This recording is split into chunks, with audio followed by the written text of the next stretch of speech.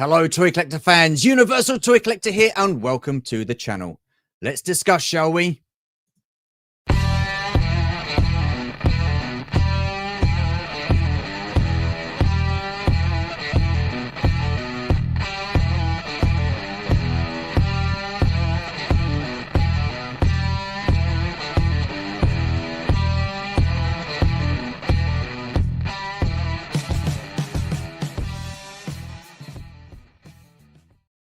Yes, hello everybody, and happy Saturday. Hoping you are all keeping well. And like I say, welcome to the Discuss live stream. The live stream where I choose a topic to discuss, then I get a guest to discuss said topic with. And once again, luckily for me, we have a topic to discuss and a guest to discuss it with. Now, I'll get the guest on in a second. Before I do that, let's say hello to you, the people in the chat. We have Epic Badger. Hello and howdy, folks. Hello, sir. How are you? Nice of you to join us. We have Grindhead. Sir, hello. You'll be on in a second. All good. We have Des T. Hello, sir. Evening all. Des, always good to see you today, and hoping you got back safely. Obviously, you did. Yeah, it was a good day. It was a good day. So, yeah, enjoyed that. And what have we got here? Rubbish at the chat again. Hello there, Palps. Somehow he's managed to find his way here. Hoping you are okay. Then you got Des saying hello to everybody. Awesome stuff. We got Boba Hicks. Hello, sir. How can Grindhead Jim prove that he is not AI? Well, that's a question that I shall ask him very soon. So, yeah, no worries about that. We have Ricardo. Hello, sir. Hi, Stu and Jim. Hello, everybody in the chat. Hello, sir, to you. Nice of you to join us. We have Kieran Ball. He's saying hello to everybody. Well, thank you for turning up. Nice of you to be here. What's this? Hey, Stu, long day today. Yes, it is. It is. And I'm not finished after this. I do have a pre-recording after this as well. So back to being busy. Awesome stuff. We have Hoppy. Hello, sir. How are you? Nice of you to join us. Thank you very much. Hello, Kieran. And you are very bloody naughty for sending me what you sent me the other day. Absolutely awesome. Blown away. And I don't often get speechless, but you succeeded. So good job. So, yeah, thank you very much. What's this? Instead of 6 fingers, would an AI Stu have 6 duplicates of Badger? There's no need for that, Jess. No need for that at all. But yes, absolutely, I would. But very good. I like what you did there. Evening all. Lovely to see everybody at Echo today. Yes, it was. It was a very nice day. And I just want to say thank you to Georgie for filming today. So video will be up Monday, but we're not here to talk about that. And we've got Palps saying hello to everybody. Who else we got? Again, people saying hello. We've got Des saying hello to everybody. Delvian, hello. You were sorely missed today, Delvian, but you not being there, understandable reasons. Hoping everything's okay, and hopefully get to see you in a couple of weeks at MCM up in London. So yeah, but you were missed. You were missed, definitely. And all the best, Stu. Thank you very much. Okay, right. Without further ado, let's get our guest on. It is none other than the man himself, Grindhead Jim. Hello, sir. How the devil are you? I, the devil, am fine. I'm doing well. That's really good. I'm very good. I'm very good. And I just want to say a huge thank you for doing this. It was kind of like we've been wanting to do something for a while now. Never really got around to doing it. I understand you're busy because you're just about to move in a few weeks' time. So appreciate you jumping on and taking the time out to do this before you move. It's very much appreciated. Thank you. Oh, my pleasure. My pleasure. Happy to be here. No, I'm happy you're here. I'm very happy you're here. Now, we do have a topic to discuss. I think it could divide opinion. That's what we're going to be going on tonight, opinions and stuff like that. I mean, I know there's a lot of factual stuff going around at the moment. We're going to be talking about AI and the implications it is going to have on Hollywood, because I think you've said it before, AI is not going anywhere. Right. Yeah, it's like any other piece of technology or tool where we're talking about, whether it's strictly filmmaking or computers, content creation, whatever the case may be. This is something that exists. It's here now. It's out there. It's open. The cat is out of the proverbial bag. I don't think there's anything to be gained by saying, well, we should abolish, this technology. You're not going to be able to. It's going to be there. Yeah. So I think what I'm most excited to discuss today is, well, since it is here, let's look at what that means, what can be done, ways to just move forward knowing this exists and is in the world. Does that make sense? Yeah, absolutely, absolutely. And as always with things in life, you're going to have your pros and your cons for sure. Oh yeah, let's just get that Absolutely. up. Jim, show us your hand so we can check if you're AI or not. There you go. Just He's all 10. right. He's all right. He's all right. So we will get into the pros and cons because, like you say, it's here. It's here to stay. It's now part of everyday life in certain aspects of our working day, whether it's at work or whatnot.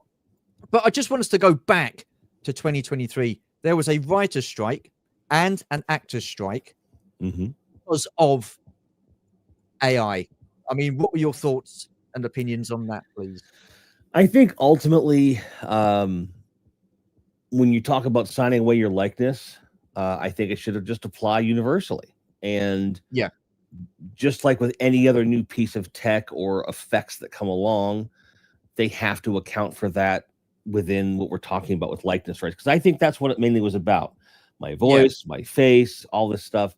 And I feel like there should be a modified version of what we know in the music world is like royalties, right? yeah, So one, if I'm signing away my likeness to you to use in perpetuity for the project at hand or whatever, first of all, my fee is going to be a lot higher, as an actor. And then I expect a little cut, like a little royalty, or those residuals was the word I was trying to think of.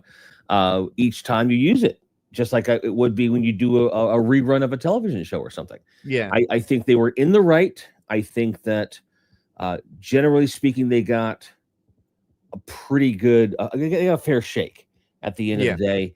But I think as this technology continues to evolve, especially given recent events, which we'll get into in a bit, it just shows it's going to be a constant evolution of how we look at these things.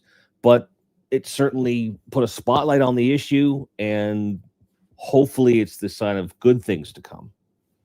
yeah, yeah.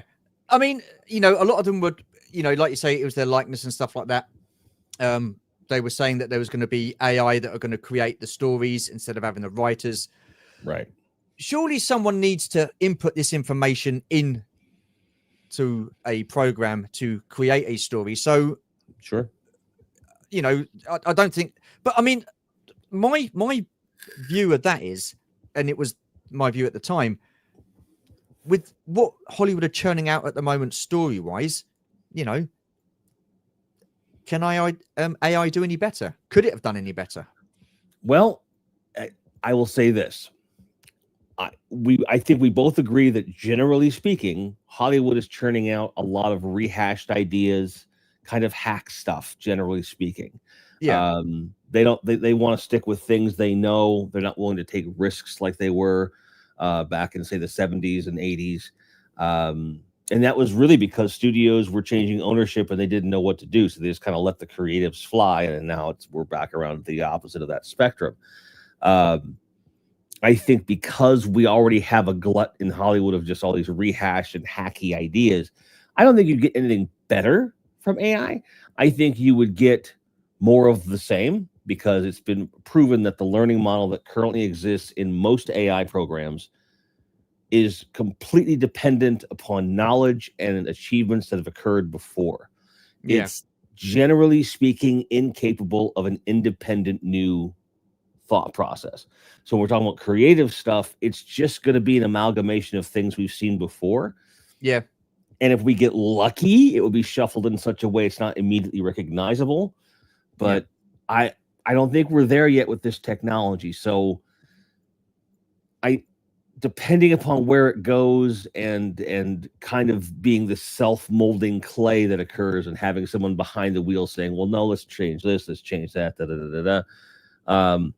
there's potential there to be used as a tool, but you can't just say, write me a movie about, zombies and put it on a mode of transportation or situation that isn't prevalent in the genre.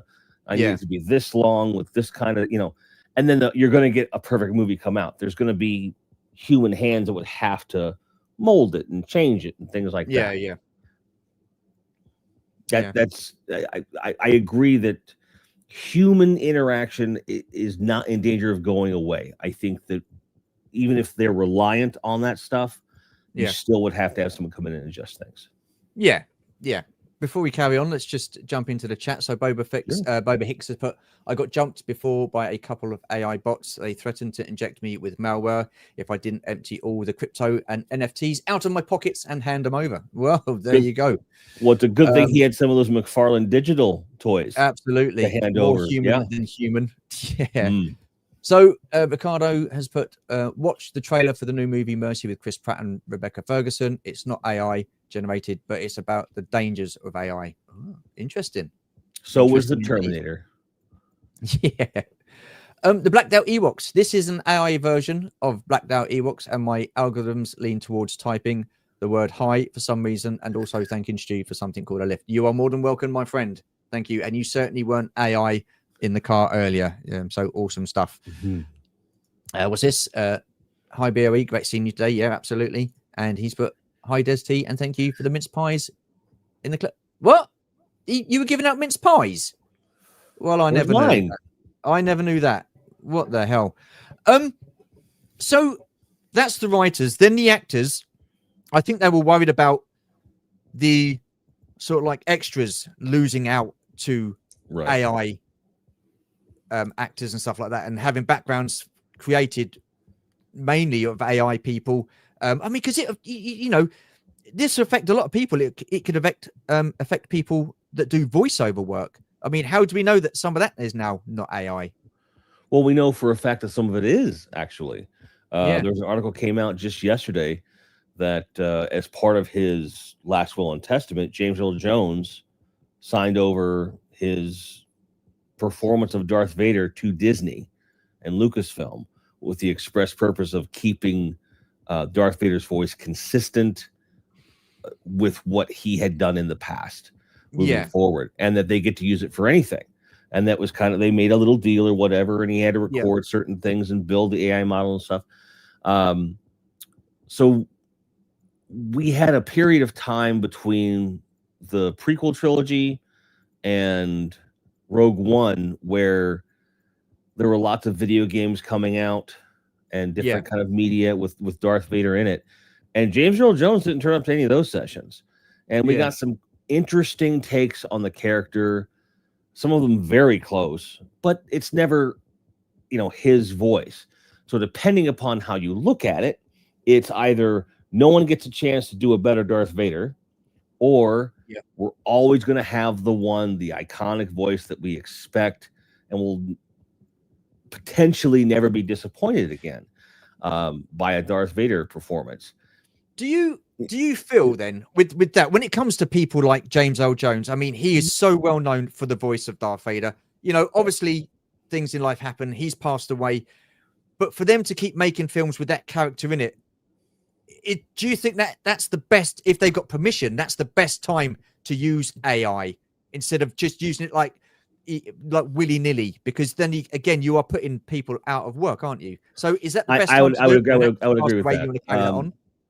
Well, I definitely feel like that's where the tool is going to shine the most, where you can use it to achieve something that is otherwise not possible. Okay. Yeah. Same thing. Like, this is a huge parallel to CGI's rise in the late 90s and the early part of the century and moving forward.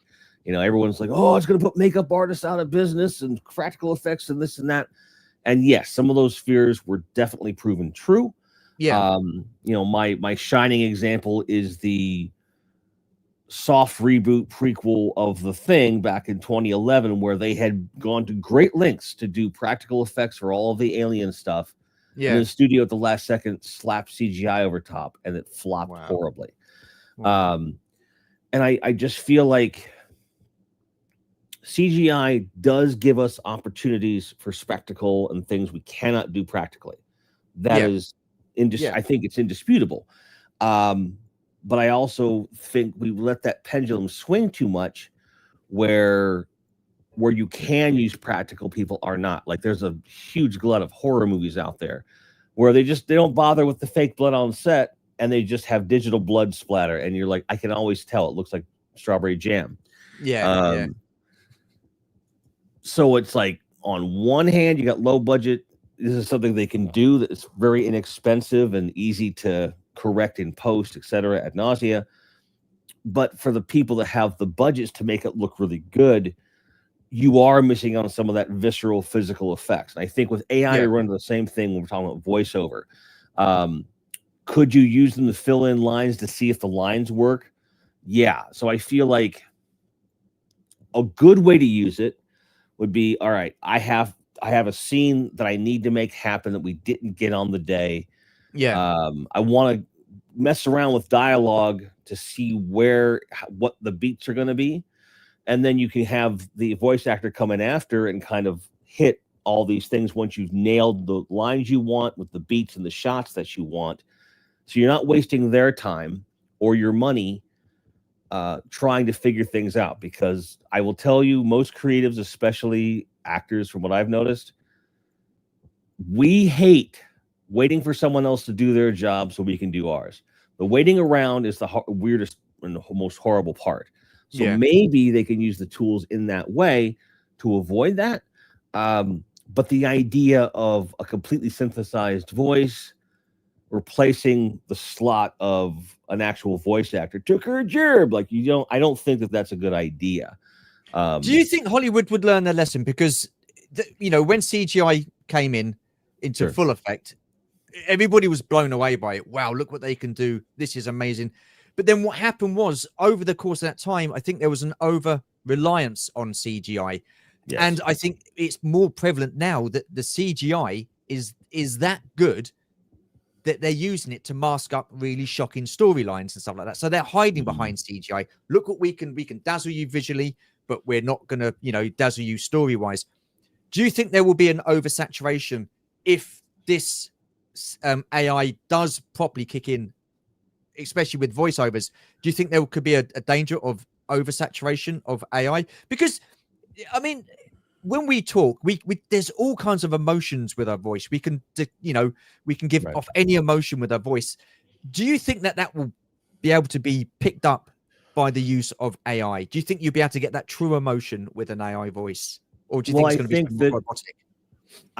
I do feel like it's possible to train a voice generation engine to do that, but you would have to have an example. So you would probably have to record thousands upon thousands of people doing very similar inflections of different emotions throughout the whole thing, and really just develop a library of examples for them to cull from, so they can reference it in the database. So could that get to be something that is oversaturated once they get it to a point that it's usable? Absolutely. I think that we will someday have the AI voiceover equivalent of a Birdemic, which is all using clip art animations throughout the entire film to the detriment of everything and everyone who's ever watched it. It's one of the most horrible films ever made. But it wouldn't have been possible without CG, technically, even though they used horribly hacky free techniques to do it. And I think that all of this AI stuff is going to be used in similar ways because people have no money and they want to tell a story. So can I just cut you off, Jim? I've just noticed in the chat, people are talking about Christmas. Are we wishing each other Merry Christmas? Is it? No, it's not. No. Stop wishing each other Merry Christmas. It's not even Halloween yet. What is going on? This isn't the Shabby Geek channel. We don't talk about Christmas very early on in October. Unbelievable. Pack it in. Hello, Stephanie, by the way. Hoping you're well. You were missed today, I must say. People are wishing each other a happy Christmas. What is going on? Was this good or bad? AI has advanced in the last 5 years. What it will be like, and what will it be like in another 5 years? Well, there you are. It will be here because, like we've said, it's not going to go away. Right. Now, I've got, 2 words for you, and one of them is off, Kieran Ball. Unbelievable. When it comes to actual AI replacing the extras, do you agree with that? Okay. So this is where my head is on that. They already use CG replacement, copy and replace in large crowds as it is. Yeah. But those normally have at least a partial basis in physical actors doing what they're supposed to do. One of my favorite examples is episode 3, the Wookiee army. They had about 5 or 6 Wookiees, and then they just copied and pasted them and stuff. And I think that if you completely remove the human element altogether and you're generating, AI bodies, it's not going to be that effective. But that doesn't mean some guy in an office isn't going to say that if he thinks it'll save him money. I think this is part of what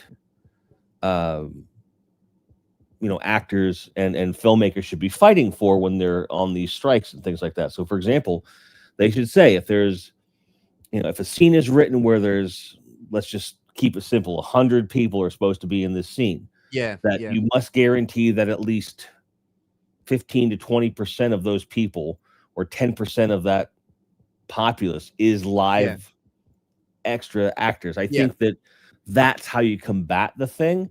Because if you don't regulate this, they're going to use it with impunity, and that's going to be that.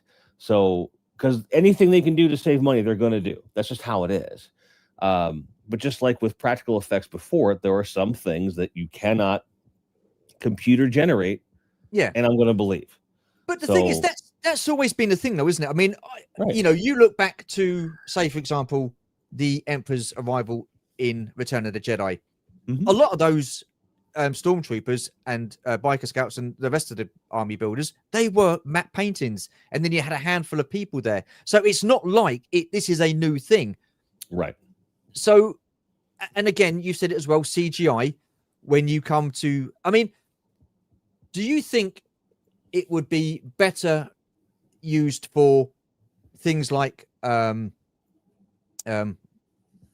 Wookiees or aliens or army builders and troopers and stuff like that, as opposed to actual human beings? Would you rather use human beings in a scene, or would you rather use AI in those kind of scenes? I think it depends. If we're talking about something where there's going to be semi close-ups, where like a Vader and a Palpatine are walking by, you should have some real troops in the front. But for wide shots, you should be able to generate those through either traditional CG and use AI to animate them, so they're not just doing the exact same thing. Imagine how the Gungan droid battle scene from episode 1 would be better had they had AI to let there be tiny little nuanced differences between each of the cloned droids, because it's obvious it's a direct copy paste, and it's a little unnerving even today to watch the droids being deployed, because it's everything's exactly the same. It looks like it's all uniform tech test. So I think that AI could have served something like that better in the large group scenes and things like that, to give that a little bit more panache. But that's still people hand animating a lot of CG stuff, and then would be using an extra tool or a plugin to tweak it and make it a little bit better. It's not that much different than, say, color correction at that point. It's attitude correction or something like that. I think it would be good, but I don't think AI should ever be the exclusive tool used unless it's proven that it's the only tool that can generate said thing. And I don't think we found that yet. I don't know that there is going to be 100% AI generated anything that's not surrounded by other elements and will be successful. Fair enough. Epic Badger's got a question. He's put, do you think AI could be turned into purchasable asset packs with voices, AI music, motion skins? Any filmmaker can purchase and make films, and films will reuse these assets. I think game asset swap.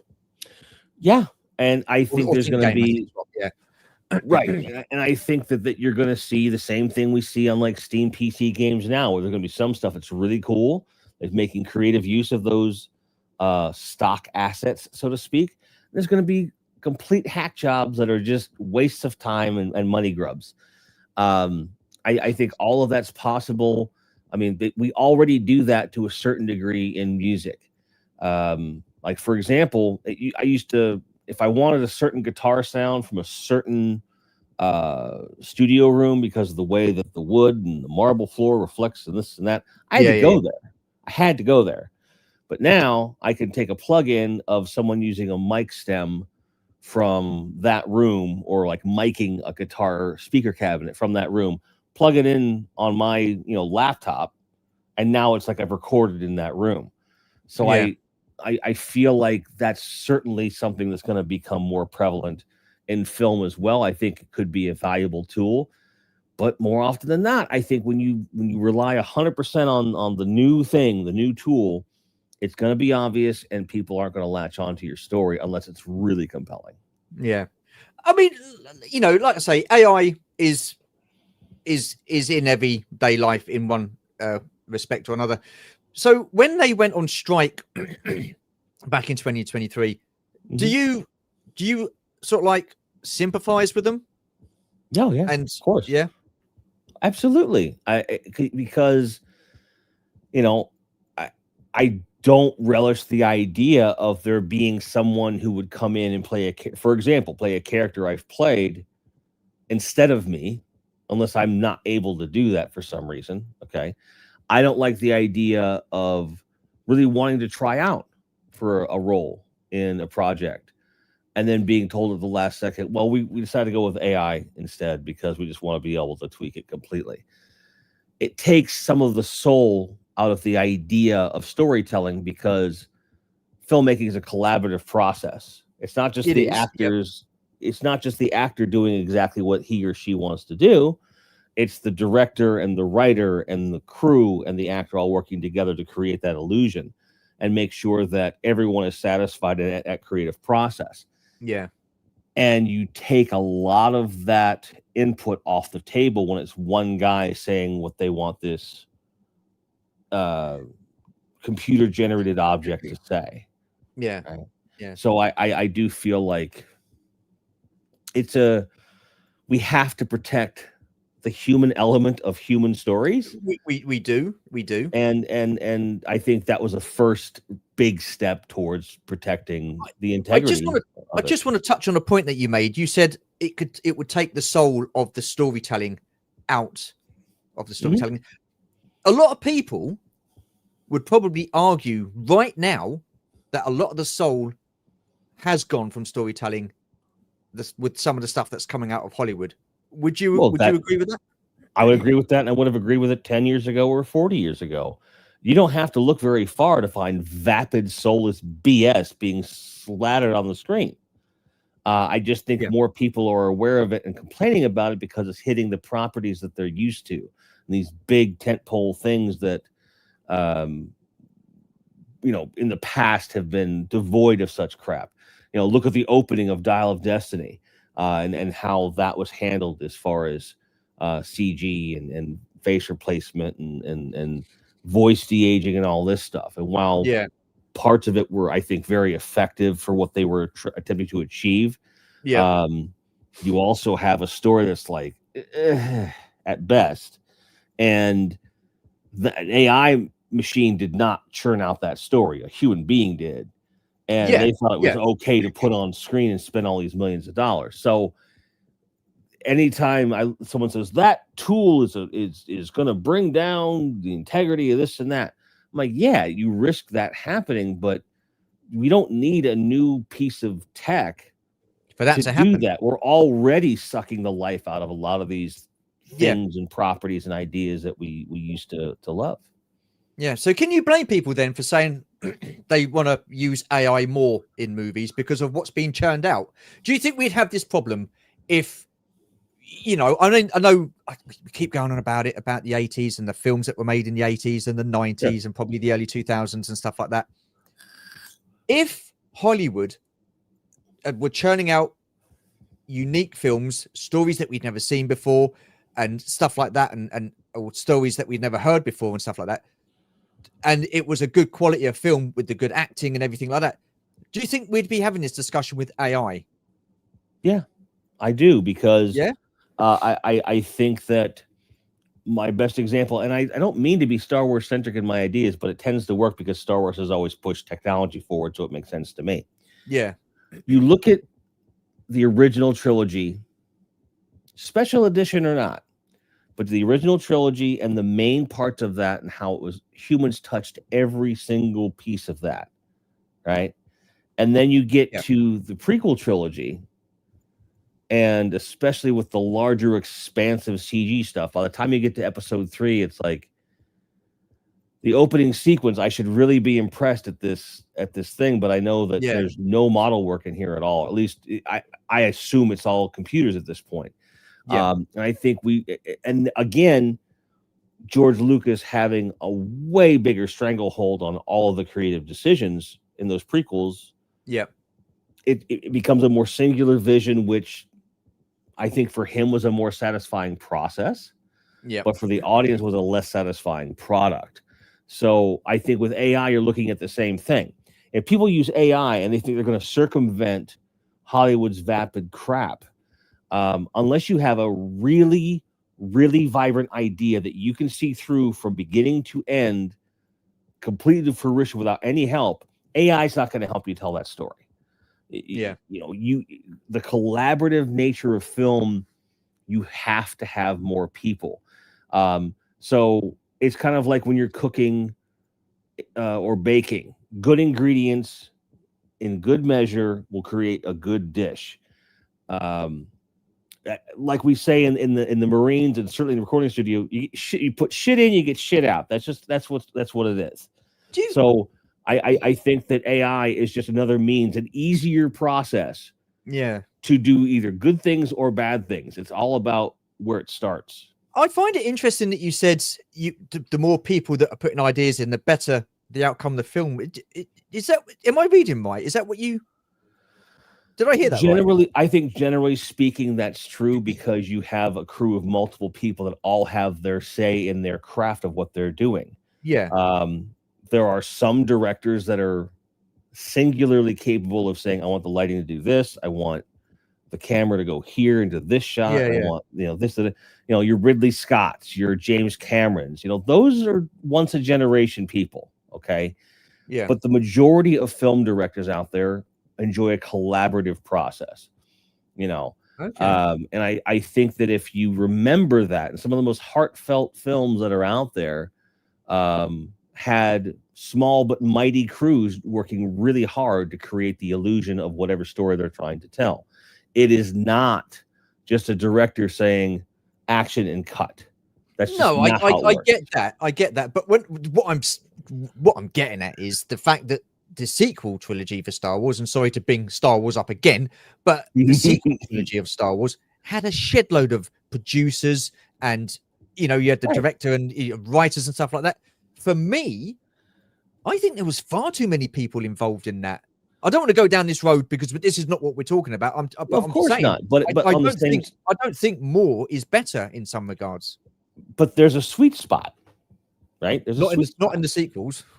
Well, I just mean there's a sweet spot of how many people that could, you know, be used. And that's not to say that as your crew count grows, that means your movie's going to be crap. No, it means that too many people had too many differing ideas on how things should go. There wasn't some kind of central core idea that everyone was meant to follow. You know, on a collaborative film set, typically the script supervisor and the director are God. Now you have the story, you go by the script, you go by the shot list, directors, you know, fine tuning everything and trusting everyone to do their job, and then fine tuning performance and a few things to get what they want. But that baseline you're starting with is a group of people all collaborating on how best to tell this story. The sequel trilogy fails from the word go because they didn't agree on how the story should go. What story are we trying to tell, and how are we trying to tell it? They never answered that question. They just flew by the seat of their pants for the entirety of that series, and it shows on screen, whether you enjoy them or not. I enjoy them for what they are, but I certainly lament what they could have been. I thought they were shit, and I don't really generally enjoy shit, so I didn't enjoy it. Anyway, we won't talk anymore about the sequel trilogy because that's not what we're here for. Let's get into the chat. The Humble Collector, UK. Hello, sir. How are you? Evening, gents. AI is already here. Scary. If AI start thinking for themselves, that'd be dangerous. Great topic. It would be. It would be. You can tell I'm not AI because I don't think for myself. So there you are. What we got? Future films in cinema will only be 10 minutes long in order to match the attention span of the audience. I think it's too long. Yeah, Too long. yeah, If that's what we're absolutely, doing. absolutely. I mean, crikey, it's already happening on YouTube, isn't it? You know, you do a video over 15, 20 minutes and people aren't that interested really because they want to see something that goes quite quickly. What's this? Yeah, like I'll do an hour, 2 hour stream, and then I'll clip out 1 minute and put it as a short, and that short will do like quadruple the views that the live stream ever did. It's weird.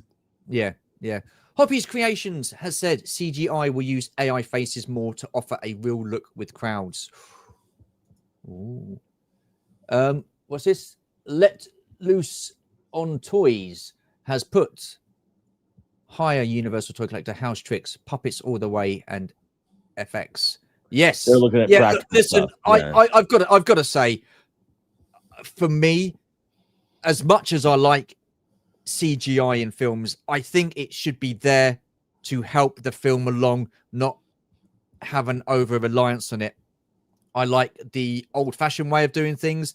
The sets, I love the set making. I love the set designs. I love the fact that they use real people in these scenes. And, you know, what I liked, I mean, for example, the Bourne trilogy. I love those movies because there was hardly any special effects in them at all. And I really did enjoy that. So, yeah. And I think there's something quite romantic about puppeteering and stuff like that. I think that's a very much a dying art. You've just got to look at like the Muppets and those kind of things.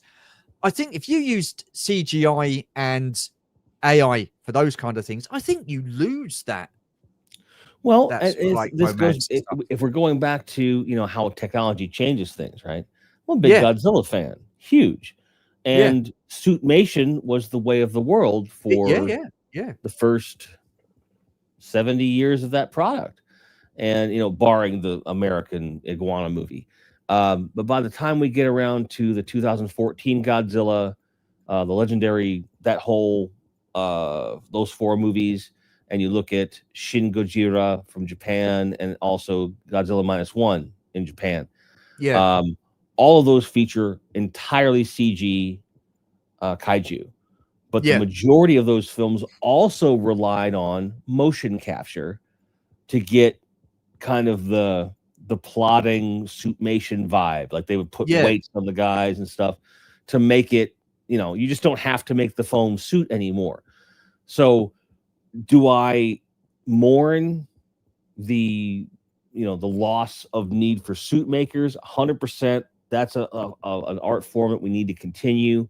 However, given that they're using these tools to great effect to create these stories, they can do stuff that was never going to be possible with a guy in a suit. So you're keeping the puppeteering aspects, but you're changing the rods and the strings that move the puppet. So I think when you combine the old techniques with the new, you get something that's really compelling, generally speaking.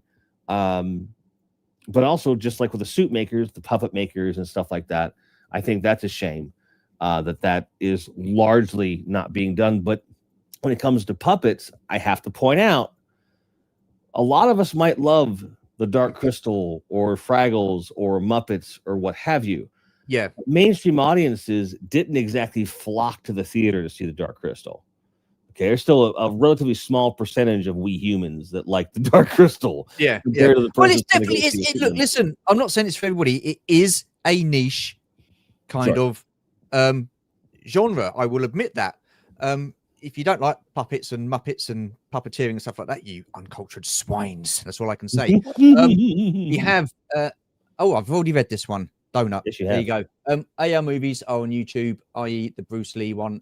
Well, yeah, I mean, we'll get to that in a minute, but I see a lot of stuff now on social media platforms like YouTube, Instagram, and Facebook. And I think some of the AI stuff that they're doing is absolutely it's shite. It really is. It's just ridiculous. And people are going, is this real? Is it? No, it's not. Wake up. It's AI. You can see it's AI. Well, but I was talking to Georgie about this the other night, and what I like is when they do an actor who, say, for example, we use Harrison Ford. He's in his 80s. They do a a moment of him now, but then they work him back through the years, and he's going through the ages and stuff like that, what films he was in and what age he was at, and he gets younger and younger and younger. I like that. I'm all for that. I think that's very, very clever. Just before you comment on that, I just want to say hello to Gojitron. Breaking news: AI actress Tilly Norwood has been cast as the lead in the next Star Wars film, Revenge of the Jedi AI. Very good. Every male character in the film will be played by Pedro Pascal. Hey, I'm going to say this right now. The dog pile on Pedro Pascal needs to stop. The guy can't help that he's in demand, and the guy's got to make his nut before he's no longer the next big thing. Okay, Liam Neeson just did the Naked Gun, for Christ's sake, because he's not getting hired as much because his shtick got old.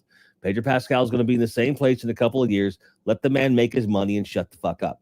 Sorry, just need to get that off my chest. No, that's fine. I hope you feel better for that. Yeah. Now, when it comes to like everything that we're talking about, really, with regard to AI is replacing actors, and they're being fully AI characters, and the deep fakes and all these things. We'll get into the main actors in a minute, the A-listers in a minute. The deep fakes. So the deep fakes we'll talk about real briefly. Yeah. So I think that when we talk about good faith use of technology, I think that it's on the software developers, the hardware developers, and also the creators I think it's completely immoral and vapid to put anything up without there being some kind of disclaimer in the frame of the video that says this is AI generated. I think that should be an international law with a high punishment if you're caught defrauding people in this way. And I think that it should. We're talking about teaching AI how to do things. The AI should understand when I say I want a video of Stu, the Universal Toy Collector, saying I'm selling my Star Wars collection for pennies on the dollar. They should recognize that I'm not Stu, and I don't have a legal right to say that and say this is satire or whatever. I think that has to be a component moving forward. And if not, we're going to lose the integrity of communication that we have right now. Period. We're already getting there if we're not careful. Yeah, absolutely. Let's just catch up with the chat. Sure. AI needs the actors for reference. Nobody likes to train their replacements. No, this is true. How do you feel about people marrying their? Just fucking sad, to be honest with you. There you go. Get a life-size doll or something like that. Do you know what I mean? You say it's sad. I say it's an opportunity. Okay, so an opportunity for what? Yes, to get creepy people out of pubs. Oh, fair enough.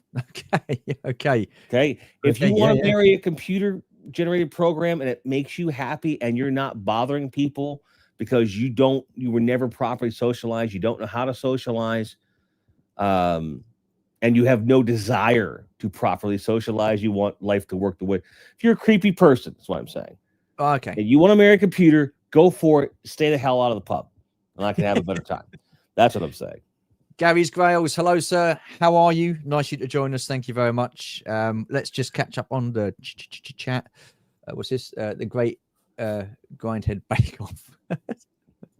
The writers can use AI for storyboards to tell producers their vision. Yes. Yeah. I get that, but it's. Do you think they should? I mean, I'm quite. What's wrong with producers or writers going up to producers like they did in the old days and showing them concept art or like do their storyboards and stuff like that? What's wrong with that? Well, I don't think there's obviously this person could answer this question, but of course there's nothing wrong with that, and I think the artists need their space too, right? But sometimes time is a factor, and you don't have the budget to hire someone. I've been doing content since 2006, and by the time the 2010s rolled around, I'm not sure, not the odds, the 20s, I guess just the 10s, title cards suddenly became a thing. and I had a person that I went to get my title cards drawn. And because of the nature of their work process and the lack of technological, like, communication was not as easy as it is now. Yeah. I had to just trust that the title card I was going to get back, which I'd already paid for, was going to be right. And although it was always good, it was never what I was asking for. Okay. Now, that's just one still image. Now, imagine that for all the storyboards of a film. If you hire the wrong artist, you have to deal with that kind of thing. Sometimes directors insist on, like, chicken scratch things and whatever. You know, there are musicians, and I call them musicians purposefully, that don't actually play instruments. They're vocalists a lot of times. Yeah. They have a musical instrument at their beck and call. They can't sit there and, like, hammer something out. They could use AI to kind of, like, flesh out a song idea and say, here's a rough demo of what I have. What do you think of this as a song that we could start working on? It's a lot easier. I think that writers that don't have artistic visual artistry at their beck and call, or can't afford a visual artist, it's a good way for them to get there. Think about the writer who is trying to sell a script to a studio and has negative money. They're living in, like, a trash can somewhere in LA. Yep. And they can use a free AI tool to kind of do a rough sketch of the storyboards and concept art to give an idea of what the movie is going to be. Now, do I think that once that film is greenlit, that the actual storyboards and concept art should be done by AI? No. I think you give that to professionals. And if those professional art comes back and you're not happy with it, and the artist doesn't have time or the means to revise it, could you use AI to revise it and get it the way you want it? Sure, as long as you have an original copy somewhere else and you're not defacing that permanently, why not? Who is it hurting? Yeah. No, fair enough.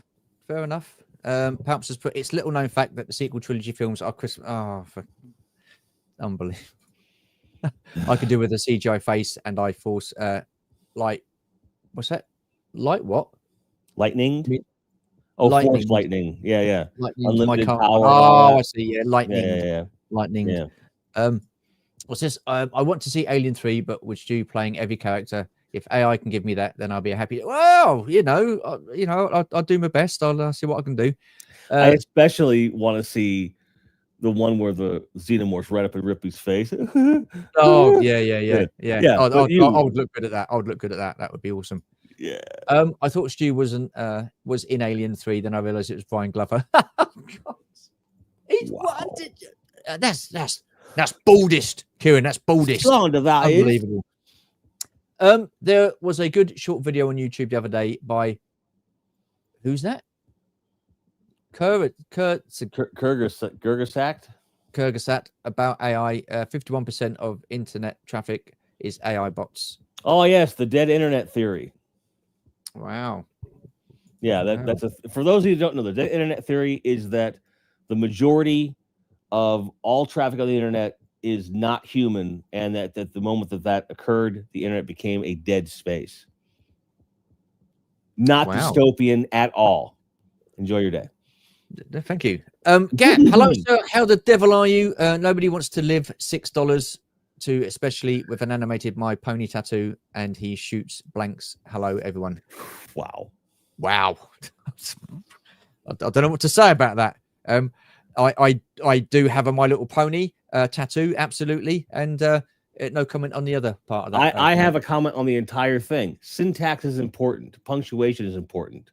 Please use these next time. Yeah. I need AI action figures. At least I'd have space to store them. Yep, absolutely. So everybody's saying hello to Gap. Nobody wants a live Stew sex doll that shoots. Oh, gotcha. I see. Well, I don't know. I think there could be money made on that. Most of my artwork looks like chickens. No, it doesn't, Palps. I seriously.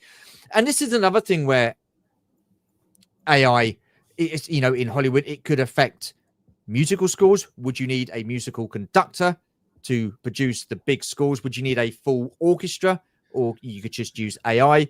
And when it comes to film posters, people's artwork that they've, artists and stuff like that, again, it will all go down to AI. I mean, We're Well, losing yeah, that. We could lose that human element altogether. we lost the human element of the film poster about 20 years ago, Stu. Come on.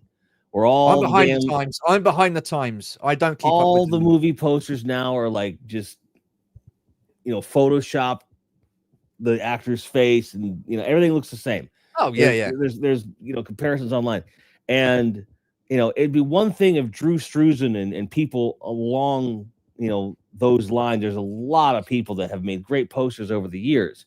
The fact is, the studios are already cheaping out on the artwork and promotional material for films.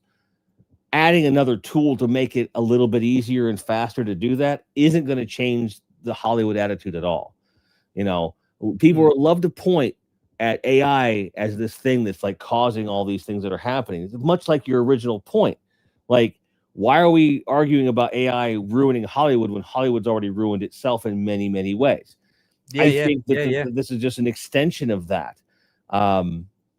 So if there's any opportunity here, and while we're focusing on a conversation about AI, it really should be that the humans, the actors, the artists, the musicians, everyone should push back with the understanding that this technology will always exist. So not only do the corporations have to change their profit margin perspective so they can actually pay people for their time, the people that do the human things like practical effects, lighting, acting, all of these things, writing, everything, you have to rethink what your role in filmmaking is, given that these tools exist. So you have to be reasonable. We're not going to go back to the 30s, 40s, and 50s, 70s, 80s, 90s way of filmmaking. Yeah. Never going to happen. So you have to be willing to be flexible while still being included. And I think sometimes people are a bit too strict about what this should be as opposed to what is. I mean, again, it's like we said at the beginning, it's AI is here to stay. It's affecting everybody around the world in certain aspects of their working day, their lives and stuff like that. Do you think that Hollywood is so far detached from everyday life that they feel that they should be immune to AI? It shouldn't affect them because they're in their own little bubble. I mean, because sometimes I get the feeling that Hollywood is very much in its own little bubble and things shouldn't affect them and they are immune to this kind of stuff. Should Hollywood be immune to AI? No.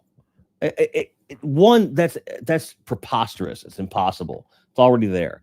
And two, when you talk about the Hollywood bubble, like I'm not a fan of this at all, because I think that part of the reason we have a lot of the mainstream crap that is going out is because there is that complete lack of touch with the human element in the day-to-day lives that people tend to have. Because the people making the decisions, all they're worried about is how the stock report lines up and making shareholders happy with money. So they're looking only at what should make money. Granted, every business, that's their number one goal, is to make money. However, there's an avenue to get to that profit. And they forgot along the way that some of the most profitable things that have ever come out of Hollywood were accidents, like Jaws. Jaws is my favorite example. The very first blockbuster. By all rights, if you look at just the bare bones facts about that film going over budget and the effects not working the way that they should and so forth, that movie by all rights should have been a flop and forgotten. But they made something really special out of it. And you cannot force perfection. Like, it's impossible. You can't. But do you think that's what they're trying to do, Hollywood? Because every movie at the moment seems to be, it needs to be a blockbuster. They spend absolute millions on these movies, the big budgets that they've got for these movies, and they're not bringing anything back in. They're not making the money back on these movies. So at some point, that can't be sustainable, surely. And because, using one of the biggest examples of this, the MCU, right? Yeah. You took something that started off really great, had that really strong foundation of people working together and telling these stories. And, between the pandemic, which really slowed down a lot of things and other shifts in leadership and what have you, there was a period of time where very hit and miss, to where the attitude has been when an MCU movie comes out, it's going to be horrible. Then you have a movie like Thunderbolts come out, which was really good. Yeah. And it lost out on its share of money because people just assumed it was going to be crap for various justifiable attitudes that people have about the MCU at this point. Yeah. I think that everything they put out now is going to get just shat on by fans before they even see it, because they're just, they feel like their trust has been. I think we all know the reasons, the real reasons behind the fact why Marvel's gone downhill and why Star Wars has gone downhill, and a lot of movies and they're just turning out shit, is because they're basically too intent on, sending the message. Selling. Well, see, that's the thing. No. I think there is. I think they are intent on selling the message as opposed to writing a decent story. That's just my opinion. Well, you can't. Well, the thing is, it's a pretty gross generalization, even if it has merit. Now, the question becomes now, if they're focusing on making a point, okay, that is storytelling. Okay, it's just that the story they're writing around it, like you're saying, isn't as good as it could be, right? Yeah. I look at Thunderbolts again as an example of where it's clear they had a very direct point to make about mental health. And I don't think that movie shoved it down your throat. No, that's the thing. You can make a point without shoving it down people's throats. Exactly. And I chalk that up to just lazy writing when it doesn't work, because there's nothing wrong with saying, I want to tell a story about this. I want to explain why mozzarella is the superior cheese, and this cheese has dominated mozzarella for all these years. So therefore, I want to make a story about that. There's nothing. Make whatever point you want. That's the wonderful thing about doing creative art in the first place. Make your point if you want to. But if you just do shit writing around it, no one's going to care. That's a completely separate argument from the people who are like, well, I don't like the message they're telling. Well, that's your fucking problem. I don't care.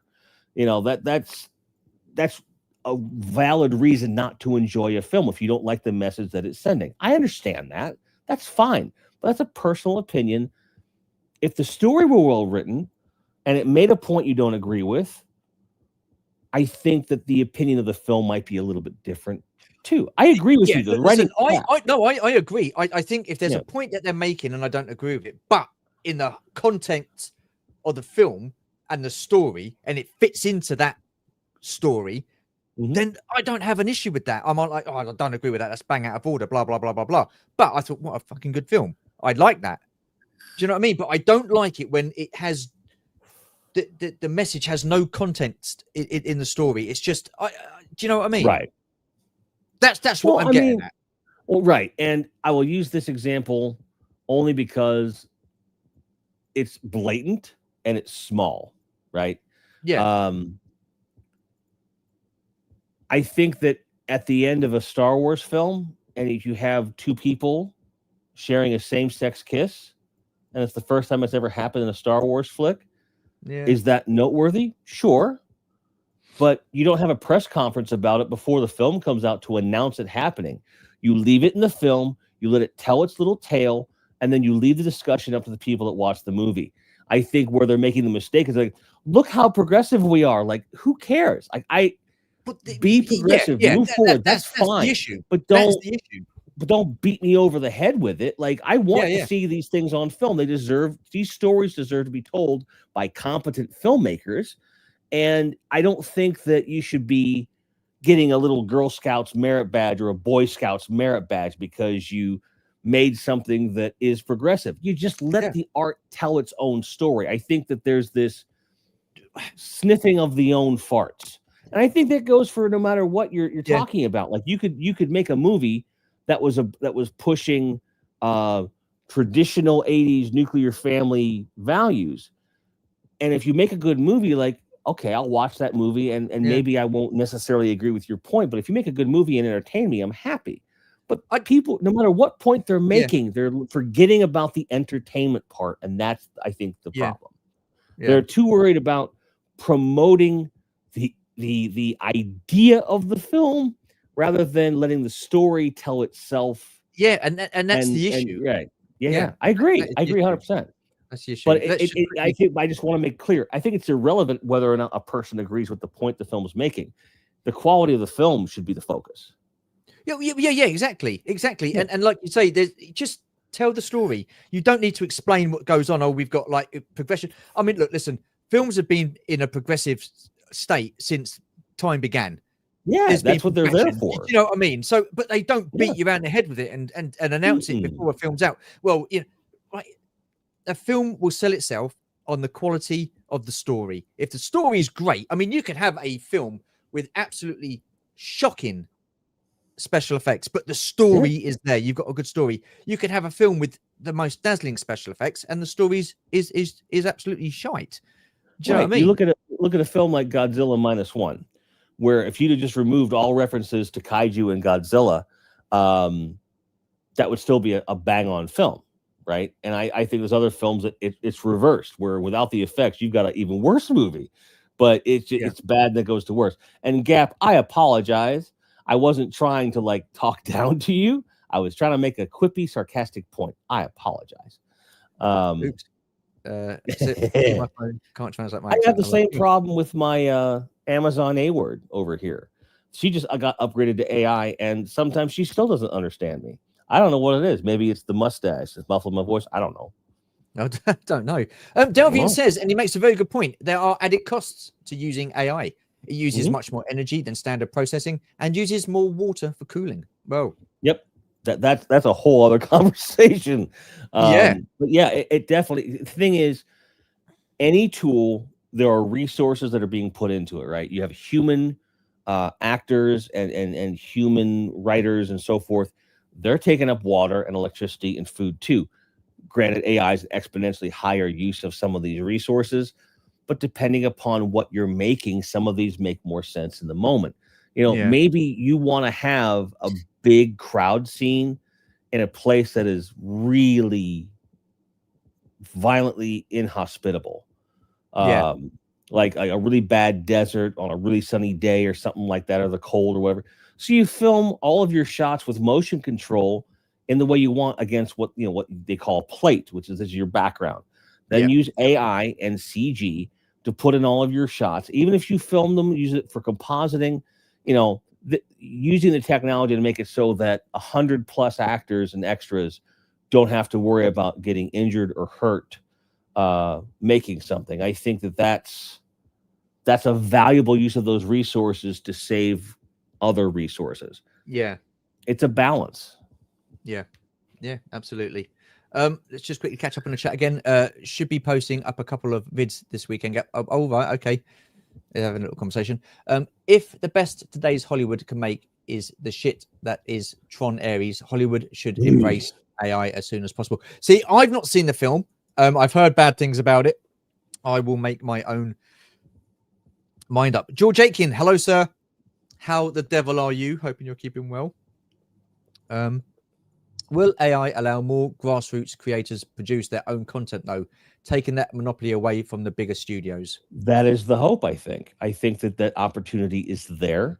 I think that some people are already using the technology, and I think that as it gets better, there's that possibility. And maybe this is a good time to bring up the long-haired elephant in the room that's above my head. Right. Okay. So Tilly Norwood. So I've got a little blurb about Tilly Norwood. Okay. Tilly Norwood is an artificial intelligence AI generated character created in 2025 by Zekawa. I think that's how you pronounce it. The AI division of the production company Particle 6 Group. Norwood's debut work, AI Commissioner, was criticized by reviewers from The Guardian, PC Gamer, and the AV Club. An announcement at the September 2025 Zurich Film Festival that Norwood was about to be signed by a talent agency attracted strong criticism from Hollywood actors and firms, prompted allegations of personality rights violations, and led to arguments over the impact of the character on production costs in the media industry. It then goes on to say, Norwood was created by Zekoa, the AI division of Particle 6, a production company funded by Dutch actress turned producer Ellen van der Velden in 2015. An Instagram account under Norwood's name, which posts with posts dating back to the 6th of May 2025, had gained 50,000 followers by October 3rd and featured AI-generated modeling shots, selfies, and epic film scenes. Ooh, sounds exciting, doesn't it? Van der Velden stated in July 2025 that she intended Norwood to be the next Scarlett Johansson or Natalie Portman. And later, the audiences were more interested in a film's story than whether its actors were real.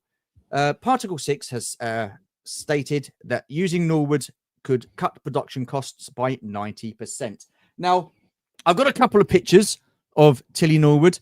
There you go. It's taking its bloody time to there you go. I mean, look, you wouldn't kick her out of bed for farting, would you? So there she is. This is an AI generated program, really, and there's that. And here she is again. She's on the red carpet there, all dolled up. So I mean, what do you think about this, Jim? I don't think that you're ever going to see the eradication of human acting in film, period. Yeah. I don't think that's ever. But if you have these tools in place where you just can't find the right actor for a role, or you have zero budget, right? Say you're living out of a studio apartment and all you can afford is food, electricity, and internet. And you could conceivably, with a lot of time and effort, make a full movie with believable characters and so on. I think that where this company and the head of the company has faltered here is positioning this AI actor as such. It should be more about, we've crafted this character, but in doing so, have also made it so we can program the same virtual actor with different characters. You know, because if storytelling really is their focus, then stop telling me what the technology is going to do to the industry. Just tell your damn story and let us talk about the implications of the damn technology. The way you said this actor, she's not real. It's a computer program. That's the thing. And right. I mean, you've just said that you can't see that these computer programs will take over, you know, be big, you know, replace human actors. I mean, right. I hope that isn't the case. But my point is, like we said, these production companies and studios are putting big money into these movies. The actors themselves are earning big money from these movies. They're getting paid big. These studios aren't getting that money back. There's lots of reasons why. I mean, you get a movie that comes out in Hollywood now and it's at the theaters for a prolonged period of time. And then back in the day, you used to wait at least 8-9 months before it came out on rental on VHS. Now you can have it on streaming platforms within a matter of weeks after it's finished up in the movie theater. Well, so they're not making that money back. So I find it interesting that they seem to think that by using this computer generated program, they could cut production costs by 90%. Well, I think they're looking in the wrong places. Going into every film expecting it to do $2 billion, that's not sustainable by any measure. It doesn't matter how you're making the damn movie. Like, these movies just aren't going to make that anymore. That has been proven over and over again. You need to be more reasonable with your expectations.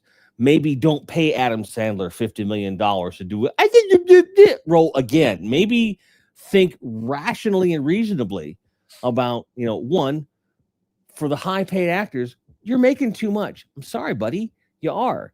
If you're an actor that doesn't get as many roles as the next guy and you have a more substantial part, should you be making more money? Absolutely. But I'd be more willing to pay an actor who's up and coming, that is, I feel, integral to my movie. I'd rather pay him a larger portion than the veteran actor who I know has $200 million in the bank. You know what I'm saying? There's lots of stories about like But movies where name actors will come in and work for scale because they can afford it because they want to look at it from tell the story. look at it from a production company point of view. Look at it from a film Yeah. studio. If I was putting a big if I was a film studio and I was putting a big load of money into this film, I'm wanting at least some return on that. Now, Yeah. the easy option would to be and go and use the tried and trusted, the experienced actor, the big name. Right, okay. He demands that money because he's earned that money, because he draws the audiences in. That's what you need. A lot of people aren't going to want to go to a up and coming actor because there's a relative unknown. It's too much of a risk. And we know, Sure. I feel that Hollywood do not take risks these days because they don't want to take And I think that's at the root of all of this. I think that the actors need to understand that your pay scale is going to come down because the expected profit of the film is going to go down. That has to be part of this. And like as you're saying here, you just have to reframe the way you're doing things, because yeah, but they you have don't to know. take That's the the thing. risk. They're so wrapped up in their own little bubble. That's the mean. You Right. know, Hollywood think they, you know, a lot of them, the elites, think they're untouchable in Hollywood. They earn this big money. That's what they want. They won't get out of bed for less than that. If you cut my wages, I'm not going to do the movie. It's as simple as that. And that's how it's going. That's how it's going. And like I say, studios want these big names in because they draw in the audiences. Well, like they draw in the general audience, but there's no staying power, right? You know, I really enjoyed the first time I saw Chris, The Rock, and Kevin Hart in a movie together. When I saw the Central Intelligence movie, I thought that was really good. They have a really good chemistry. I thought it was a lot of fun. They've done Jumanji since then. I don't need to see that again, right? Like with Lethal Weapon, you had Danny Glover, Mel Gibson, and Joe Pesci by the second movie. And after Lethal Weapon 3, and that movie had that was more or less going to be the end of it as far as they knew, Joe Pesci and Danny Glover went on and did this movie. I think it's called Gone Fishing or something. And it should have been a great movie that sold itself because you got these two guys with great chemistry. They're in a comedy. Woohoo. Did horrible. The movie isn't that good. You know, it should have worked, right? And I think it just comes down to that you start flinging things at the wall. Oh, this worked before. So I think they're too reliant on names. They're too reliant on the drawing in. I think that you either, if you want the big names, they have to be willing to take less money to be in the film. Yeah, but which I can't see that happening. I'm not being funny. I know they earn big money, but it's like your work saying to you, well, we want you to come in, Jim, but you're going to be coming in and we're going to be paying you less money. You're going to go, fuck that. No, I'm not. And then you're going to go elsewhere. You're going to go to another. I'm also not making multi-million. I'm also not making 7 figures for about 3 weeks of work. No, you're not. You're not. Right. But in their minds, that's not going to bother them, is it? They want the big bucks. That's what they're in it for.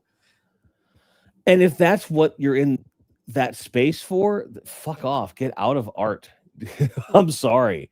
And I think that there's certain people that it's time to like put up or shut up. Like if you really are this artiste, you've made your nut, step back.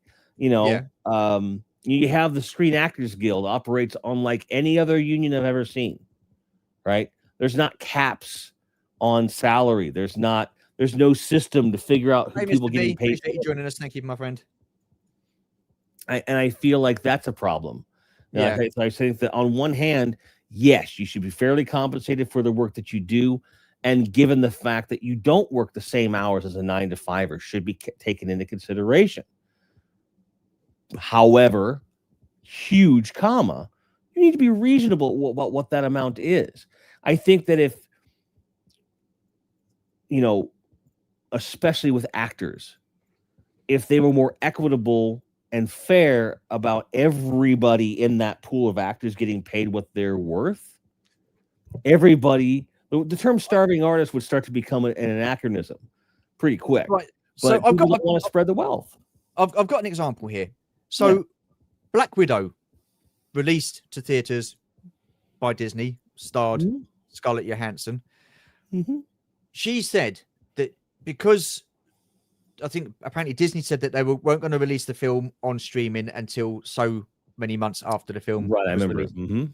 But then I think something happened and the film ended up being released on Disney Plus. She sued them. She was wanting to sue them for $50 million in loss of revenue. So that's probably because they negotiated a pay cut for her appearing in the film in exchange for what they call points. Points are where on the back end, if the movie makes money, you make a percentage of that, right? Yeah. Producers on records can do that as well, where they take a cut of your profits moving forward as part of how people produce records. Directors do that, things like that. So, for example, I think that like George Lucas negotiated his salary down to nil, but give me the merchandising rights and points on the profit. That's how. That's kind of where that started. Not completely, but like how that became like, ooh, this is where you can make money. Jack Nicholson is probably the next big example of that. You know, people forget that he made a lot of money playing the Joker, and then he also got a cut of merchandising, which he then helped push and everything. So in the case of Scarlett Johansson and Black Widow, the basis of her argument and concern for litigation probably completely valid, because if you're taking points off the profit of box office and you're circumventing that by giving people this streaming access, this is part of what the 2023 strike was about. If you're going to wherever you release it, the point should work the same way. So if you can prove you got X amount of new subscribers off of that Black Widow being released on Disney Plus, then that should count on some percentage, however the bean counters do it. She should get a portion of that, because if that's what the contract says, you honor the contract. So do I think 50 million is a reasonable number to expect for that? Probably not. However, but this is the thing. I get what you're saying, but I mean, for me, I mean, it was at a time when COVID was there was COVID around. You know, we're in the times of COVID. You know, people were losing their livelihoods. People, you know, were dying at the time and stuff like that. And for her to come out and sue for 50 million at that time, regardless of what the contract states, she doesn't need 50 million. She doesn't have to work again. Do you know what I mean? And I think, to me, I think that is pretty much out of touch on her part, and I think it's quite selfish on her part. Okay, so let me ask you this: my opinion. Let's say that she sued him for 50,000 instead, on the same exact basis. I don't care how much money she sued him for. I still think at that particular moment in time, with what was going on in the world, people losing their livelihoods, people losing loved ones, for her to complain about money when she doesn't need to work again, because she's quite rich, I'm sure. She's got a bit of money in the bank, I would no doubt about that. I just think that was a very selfish act on her part. Okay. In my opinion. Well, sure. I mean, I'm real big on things being as fair and equitable as possible within the circumstances that they're, you know. And do I agree that, again, as we're talking about these large paychecks that people get, does that need to be reined in? Yeah. So the amount that she's losing would be far less, you know, if she were taking a more reasonable salary. Yeah. And if that's the case, you know, and if you negotiate a contract with a company and they renege on it through some nefarious means, like putting your movie on Disney Plus and not giving you a cut of that, you know, you deserve to recoup your money, whatever that amount may be. But I do think that is a huge one. You're right. I think that was in bad taste. You could have waited. Two, it also just sheds more light on the fact that we're paying these people a little bit too much to do these things, which in turn is impacting the industry's ability to recoup the money they're investing in the films and so on. It shit rolls downhill, man. Like, you know that. And so I think that they need to start there. On the flip side of this, you get an AI generated program like Tilly Norwood. She ain't going to give you no shit. No. She'll be programmed to do exactly as she's told. As she's told. What am I talking about? It's not a she, it's a computer program, for the love of God. So you can program it to do exactly what you want it to do. You're going to get no back chat. I mean, God forbid the day when you ask an AI computer to do something, goes, fuck that, you do it yourself. Do you know what I mean? Here is the monkey wrench. Here's the monkey wrench. Go on. The company that built and designed this software is not going to give it away. No, honestly, but now instead of negotiating with the actor and their contract, you're now going to negotiate with the software designers and the programmers, and they're going to get their points off of the movie, and it's going to be a whole other ball of wax. I think you've just transferred the problem from one person to an entity, which is even more problematic at that point. You got two corporate entities talking to each other. So if they use that image, if they use that AI program, sure, when they pay it, do they? I mean, I don't know what the contract would be, but would it be a case of? I mean, I can't believe that it was touted out. It was going to be like a talent agency wanted to sign this program up. I just can't get my head around that. It's mental. But say, for example's sake, that did happen. Would it be a case of, right, you are going to be charged for the use of this program for this particular movie? Or do they buy that program from that talent agency and that then becomes property of the studio? Well, I'm thinking of it like, I'm thinking of it more in the parallel to, like, say, the CG industry, where you have companies that their whole job is to make CG visual effects. Okay. Yeah. Or visual or practical effects. There's companies that do that. I think this is going to be one of those types of things. There's a stable and if you want to call it an AI talent agency, we can do that, because they're going to have a stable of actors that you can use within your films and so forth. And you can, for a flat fee, you can use something they've already made, cast them in a film. And there's probably going to be certain amounts of like residuals that are paid the same way you would pay an actor, but you're instead paying the company, right? Yeah. You know, or it's a flat fee and then they don't get residuals or whatever. But I think with the fact, I feel like there's different ways of looking at it. But then for a larger fee, they have to construct a unique actor for your movie, right? Which is not that much different from constructing an original CG character. How do you construct a unique AI programmed character? Because look, listen, you know, there was a lot of talk about, you know, I think it was what's the UK equity. I think they were saying, you know, where have you got the information and all the details of how this like AI, right? It's borrowed from other human images. Yeah. The thing is, you know, I could be a movie star, and I could walk down the road, okay, as part of a film. Okay, the film comes out 3 or 4 weeks later, a TV program comes out, an ad comes out, and it's someone walking down the road exactly the same as me. I mean, you know, people walk, they say things that, you know, in certain ways, they have different facial expressions and stuff like that. But, you know, a sigh is a sigh, a roll of the eyes is a roll of the eyes. So where does that stop with actors saying, well, they use my likeness for that, they use my performance for that? I mean, how can you copyright a performance? See, and that's where like law gets touchy. See, now visual artists and actors are starting to see what a lot of the hoopla was in the 80s, 90s, and early 2000s, especially with sampling being used in like hip hop or techno or industrial. Where how you doing, my friend? All good? Let you join us.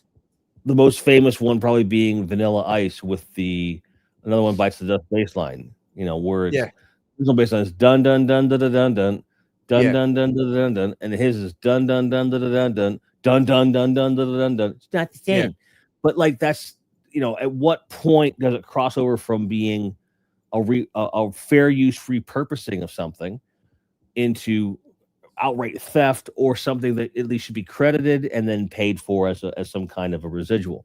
I think with these performances, we're seeing the same thing. And like, as somebody who has done film, who wants to do a couple more, I wouldn't mind doing a couple more films, Yeah. There's not a planet or universe where I'm going to sign away my likeness rights for them to use me in something other than that film without my permission. It's just not going to happen. And I think that some of the contracts that have been signed were signed with ignorance to the fact of what they were signing away, and there's concerns that are raised. It's the same thing. A record deal that we signed 15 years ago. We didn't know what digital music rights were. I haven't seen a penny from any of the 4 records that I recorded since they were put out. Wow. Because of this, because the company that distributed the CDs owns the digital rights, as far as I know. And the trickle of pennies that the band is getting, I'm not even getting one. Do I get free money from the band? Sure. Does that make up for it? Probably. But a fact is a fact that when digital rights were starting to become a thing, a lot of people lost money. A lot of artists that should be making, at least a couple bucks a year are even making that. Yeah. And I think actors are fearing that same thing. And I think rightfully so. How you navigate that, I'm not 100% sure. I think it's a valid fear. But just like with the overinflated salaries that the larger actors are getting, I think we need to be reasonable and keep our heads on straight about this stuff. And 1, not exploit people, and 2, pay them what they're worth without it being this ridiculous amount that no one can possibly recoup. And maybe when the money stops being the number one focus, perhaps we can get back to telling a good damn story. I agree with that. I think that should be the case anyway. A film should have a decent story from start, middle to finish. No questions there. I mean, I think we're all in agreement with that. But I can get people getting upset because you've got like a physical likeness. Okay, we've got the kind of the same eyes, the same smile, that type of thing. You look similar. I mean, I just get up again. I mean, without looking at her now, I can't see who she looks like. I can't see anybody famous in that image of this. I can see it in the eyes. I can see it in the hair. I can see it in the nose. I can see it in the mouth. But they're all different people's and amalgamations of, like, they're a vague cross between about 8 or 9 different actors. But I mean, I'm not being funny. I can walk down the road and see someone with a bald head and go, "Oh, he's got the same bald head as me." Do you know what I mean? That happens in life. Well, if people are arguing about, like, her hair looks like mine, like, that's a bit much. Okay. Yeah. Now, on the other hand, there's cases like there's a video game made. What the hell was it? Last of Us. Duh. Last of Us comes out, and the Ellie character in that game bears a striking resemblance to Elliot Page, who was then known as Ellen. And there was a likeness suit filed, and they won because it looked really close. And I think when you get into this place where you're creating an original character, but is just almost a 1-to-1, that's different. Yeah, that's different. But in the case of like this, is there a person in the world that looks like her? Probably. If they happen to be an actor, get your nut. I don't care, because that's, it's not fun. I don't want to see a version of myself in anything without my permission. That on a most basic human right, frankly, it makes my skin crawl. So I understand it, but like when we're talking about, like, it's my eyebrow, like, fuck off, like, it's fine, it's an eyebrow. I draw the line. I mean, people are like that, though, Jim. That is the issue we're getting. I mean, I said at the beginning as well, there are pros and cons to this. Another con is that if it does get to the point where Hollywood are going to go down the road and use these AI generated performances in their movies, they don't age. No, They don't. won't age. They can use them and use them and use them and use them, and they can use them for 1, 2, 3, 4, 5 years down the line, and they will not have aged. Well, and here's the counterpoint to that, though. There was recently some AI generated artists on Spotify that were doing really well that were exposed as being not real artists. Yeah. And there's a huge backlash where a lot of prominent musicians and artists were taking their music off of Spotify for allowing that to happen. A lot of people were canceling Spotify subscriptions, things like that. So I think that we talk about the longevity of an AI actor or program.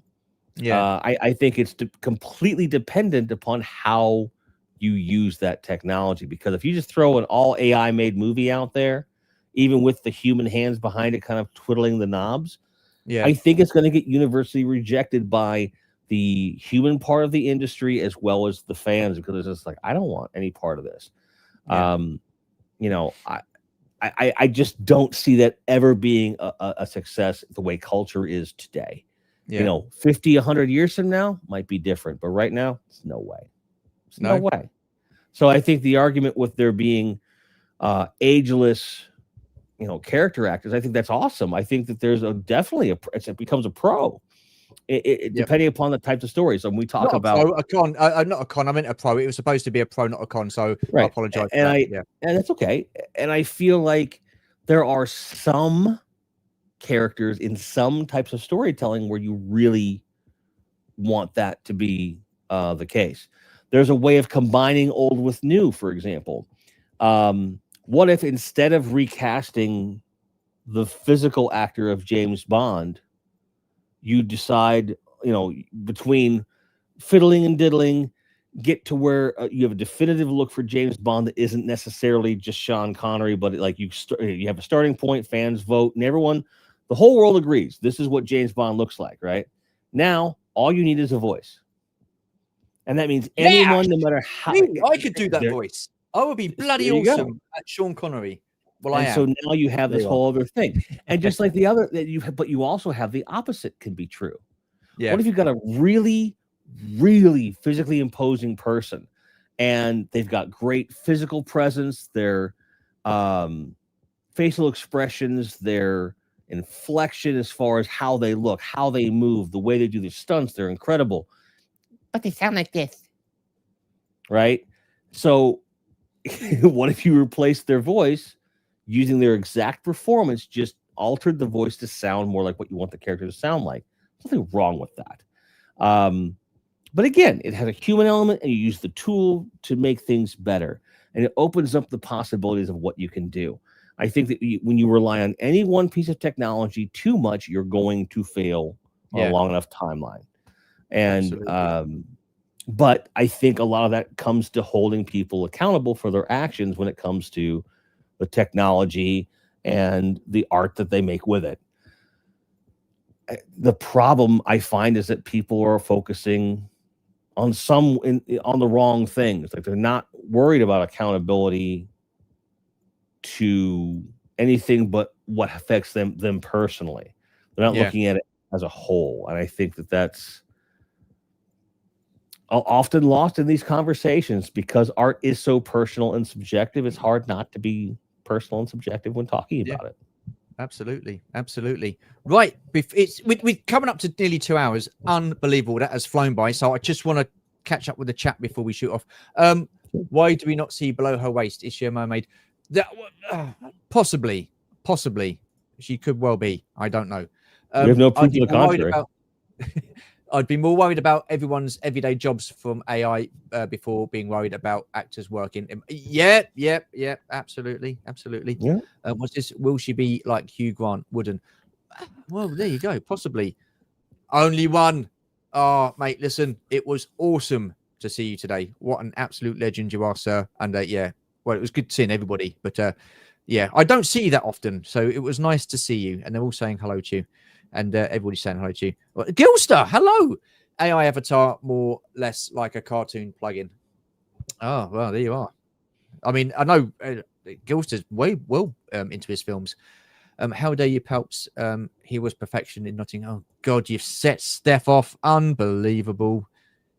Epic Badger says, I do wonder gamers have long personified or idolized fictional characters. The way we talk about Commander Shepard, Master Chef Mario, critiquing how they behave in games as if they are a sentient. Oh, well, yeah, but is there a well? I don't want to get into it because, like I say, we're going to be ending soon. But you do make a good point, and maybe that's something we can discuss in the future.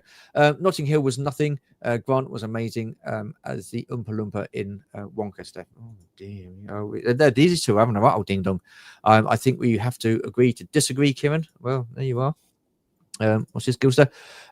I'll take less money if I get producer credit. The project is the most important thing as at the time. Yeah, true. And then he also goes on, Scarlett used that money to make her own film. She directed herself. But I don't think it matters what she used the money for, Gilster. She's got money as it is. I just think it was a very inappropriate thing to do at that particular time. It's not like she was hard up, if you know what I mean. Stu, you're the only one in the UK that is bald. Well, God damn it, I didn't know that. But thank you for telling me. She looks like a co-worker of mine. Does she? Get the co-worker to sue. No, don't do that. Don't do that. I'm not... 50 million, and then Stu will be all up in a conundrum. Good evening, yo, APD. How are you? Now, APD, bless his cotton socks. He has been not very well of late, and I hope you get better soon, mate. And I hope you're okay. And that's miss you. Hell today, I walked up to a lady that was a friend of mine for 30 years. It wasn't. Oh wow, oh blimey. Well, there you are. I don't know what to say about that. Time for a new pair of these there. Yeah, absolutely. All right, me old mucker. Hello, Stu, Jim, and chat. Been listening, but unable to chat until now. That's all right. No worries. I know you're feeling very poorly. I'm hoping you are okay, my friend. Actor Christian Glover famously won illegal action and forced changes to use of likeness in movies after Back to the Future 2. Yep. I see. They wouldn't pay him. They wouldn't. The thing is with that, you are cast as a certain character, right? He done very well. Got a little bit big for his boots. Apparently wanted more money. They turned around and said, "On your bike, son." And then they got someone else in to play that part. But you still need to look similar to the original actor, surely, to carry on playing that part. But using actual life casts of him to create those prosthetics, that's a bit too far. Yeah, they did. I didn't know that. But even still, they used life casts of him to make it so that. So it was they were directly using his face to make it like they just glued his face onto another guy. I'm very upset by this next comment. There is so much Connery on tape. They can easily train an AI to do his voice. They don't need to train anybody. I can do his voice. I mean, it's right there. APD. Unbelievable. It's okay, Stu. You would never be sued for impersonating. Good, because they know it's awesome. It's a good homage. That's right. Yeah, absolutely. I'm feeling much more better side of things now. Well, good. I'm glad. Good to hear. Well, Jim, I just got to say, this has been a very interesting and entertaining chat. Thank you very much. Of course. Like I say, I know a lot of people like to talk about facts and stuff like that, and I understand that. Me personally, I like talking about things just through my opinions and listening to other people's opinions. And I think sometimes I as much as I understand that there are factual sides to things, and I get that, I think it's more interesting on my part to hear people's opinions other than facts. So because you can have a proper good old discussion on opinions. Like I say, Jim, I just want to say a huge thank you for taking part. It has been a pleasure having you on the channel as always. Have you got anything coming up recently? Well, we're trying to document this moving process as much as we possibly can. Those of you that don't know, we are moving across the country from Texas to Portland, Oregon. And we're trying to document that as much as we possibly can. So right around Halloween, look for some kind of content that's documenting this process leading up. And we've got a couple live streams in between. But other than that, once we're there, look for a lot more content coming from my channel, and I think you guys will be really happy. So yeah, no, look forward to it. Absolutely look forward to it. I just want to say a huge thank you to those of you in the chat. I really do appreciate you watching. Thank you so much. Yeah, we've had some good numbers in. I mean, look, listen, I don't worry about like who's watching all the numbers and stuff like that. I just do these things because I enjoy doing them. So again, a huge thank you to everybody in the chat for taking part and watching and listening. Like I said, it is appreciated. Next week, I do have another live stream. We've got the return of the revenge quiz. So we've got Scott Whitehouse, the current Sunday night Star Wars trivia quiz champion. We have Des T. We have Delvian Seek. Yes, we do. And we have Daniel Chart. So very much looking forward to that. And yeah, not too sure what time. I think it's 8 o'clock, 8 p.m. or is it 9 p.m.? I can't remember. But I will be putting that up during the week anyway. So yeah, awesome. I've got a video coming out on Monday. So it's going to be today's, where did we go to? Echo Live video. So yeah, looking forward to editing that and getting that together. So yeah, awesome stuff. Interesting. No, hang on a minute. What's this? What the hell? Interesting chat, Stu and Jim. Thank you very much. Really do appreciate it. Send Andrea my best regards. I'm hoping she's feeling better. It was again, Andrea was missed today because she normally comes to these events and so feeling a bit poorly. So yeah, hope you feel better soon. And great chat. Oh, thank you very much, Pelps. I do appreciate that. Take care of yourself, Kim and Ball. Thank you very much. Yeah, it's been a good chat. Very interesting. I do worry where all this AI is going in the workforce. Yeah, well, like we said at the very beginning of the chat, AI is here to stay. So, yeah, I think we just need to adapt, roll with it, and yeah, see what happens. But yeah, I understand your concerns absolutely. I will need to catch up, but what I've heard has been very interesting. Well, thank you very much. yeah, that means a lot. That. I've had a blast being here. Yeah, thank you very much. It's been an enjoyable conversation, and no doubt we shall chat again at some point in the future. But for now, that's it. I'm going to take a little break, and then I'm going to be pre-recording a little ditty this afternoon or later on tonight. So anyhow, for now, take care. Bye-bye, and see you soon. Cheers. Thank you.